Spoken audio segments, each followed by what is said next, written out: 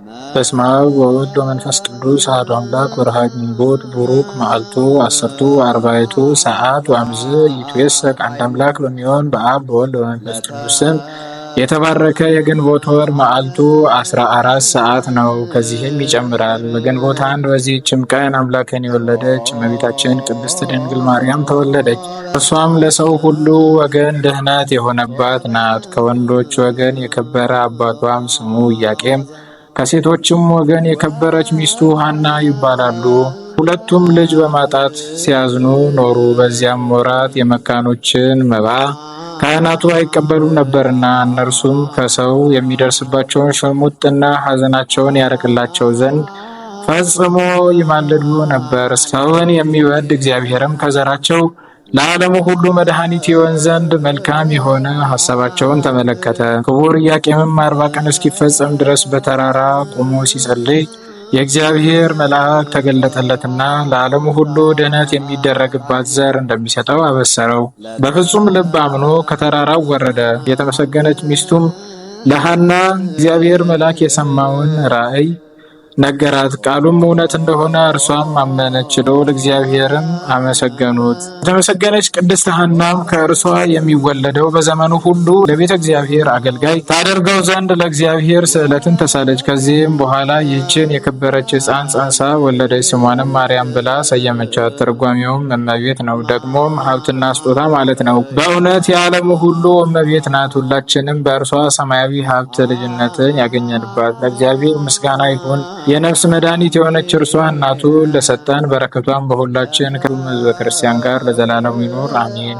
ሰላም ለልደትኪ የማይጸነ ድክምት ስጋ ድህረ ሀለፋ ለውርዙት ወድህረ ትክቶ ሀደጋ ማርያም ስመሪ ዋሐፀቂ እንበለ ንትጋ እማየ ንጽሕኪ ረስየኒ ፈለጋ እስመንጽ ይሁ ሞገሰ ወጸጋ ሰላም ለልደትኪ እምልደተ አበው ዘአብየ ዘነፍሰ ጽውራን ኩሉ እስመ ጸገበ ናህየ ማርያም ድንግል እግዝእትየ እንዘ ረድኤትኪ ወአድኅኖትኪ ብዕ ኢይፈርህ ሞተ ወአዲ ስቃየ ሰላም እብ ለልደትኪ ማህቶት ዘብሔረ ጽልመት ሚሮብኪ ከመ ይከውን ሕይወት ሰማዩኪ ማርያም ዘወለዱኪ ነቢያት ዘበትርጓሜሁ ጸጋ ወአዲ እግዝእት ሰላም ለበርተሎሜዎስ ቀጸለ ሃይማኖት አክሊሉ ተኬነውተ ዝንቱ ዓለም ዘይጸፍሩ አምሳሉ በጵጵስናሁ ወመስሬ ውሉድ አዛዘ ቃሉ ተሐደሱ እምብልየት አብያተ ክርስቲያናት ሁሉ ወበስመ ማርያም አሐዱ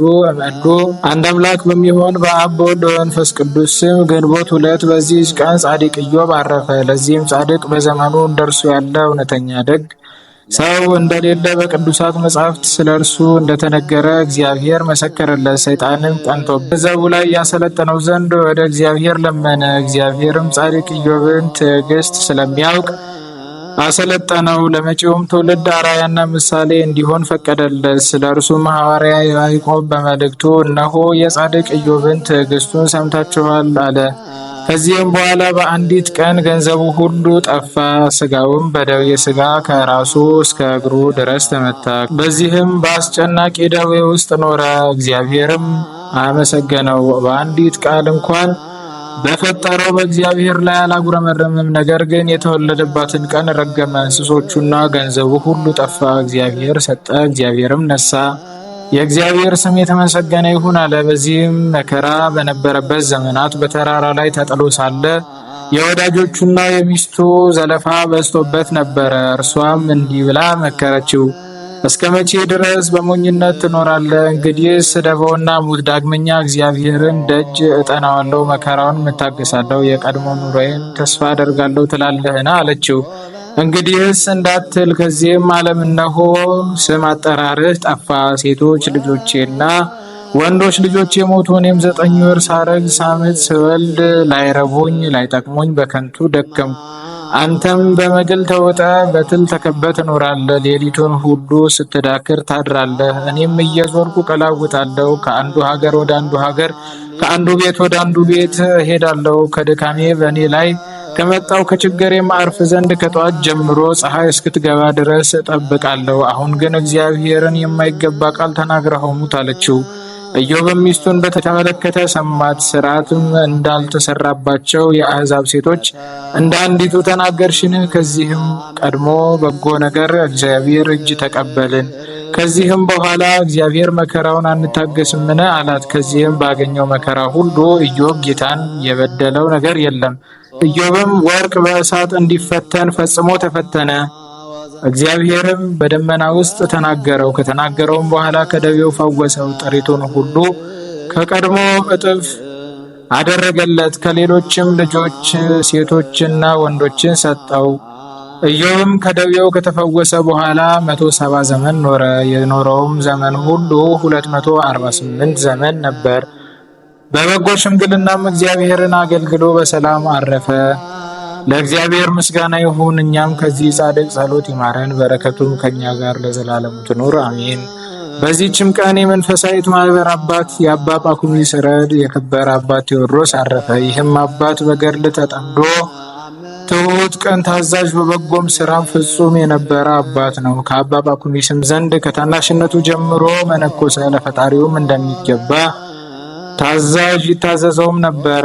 ስለዚህም አባ ጳኩሚስ እጅግ ይወደው፣ በላዩም የመንፈስ ቅዱስ አድራበታለችና በአንድነት ለሚኖሩ መነኮሳት ሁሉ አጽናኝና አረጋጊ ሆነ። ጥበብና እውቀት ነበረውና በዕድሜው ሕፃን ሆኖ ሳለ አባ ጳኩሚስ ገሳጭና መካሪ አድርጎ ሾመው። አባ ጳኩሚስም ከእረፍት በኋላ በአባቱ በአባ ጳኩሚስ አበምኔት ሆኖ ተሾመ። ይህም አባት በትሕትናው የበዛ ከዚህችም ከኃላፊው ዓለም ክብር ይሸሽ ነበረ። በአገልግሎቱም በበጎ ስራውን ፈጽሞ ወደ ወደደው እግዚአብሔር ሄደ። ለእግዚአብሔርም ምስጋና ይሁን። እኛንም ከጻድቁ ጸሎት ይማረን፣ በረከቱም በሁላችን ትረሰን ለዘላለሙ አሜን። ሰላም ለቴዎድሮስ ሆራሲ ሲመጠ ጳኩሚስ ዘነሳ ድኅረ ሆራቢስ እንበላ አጽሮ ይትቀነይ ለእግዚአብሔር ነጋሲ እምጊዜ ጽባ እስከ ይመስ የተጋሃ መላእክት አጥረ እንዘ ውእቱ ብእሲ። በዚህችም ቀን ከአባ ኤሲ ጋር 22 ሰዎች በሰማዕትነት ሞቱ። በረከታቸውም ከኛ ጋር ለዘላለም ትኑር ለዘላለሙ አሜን።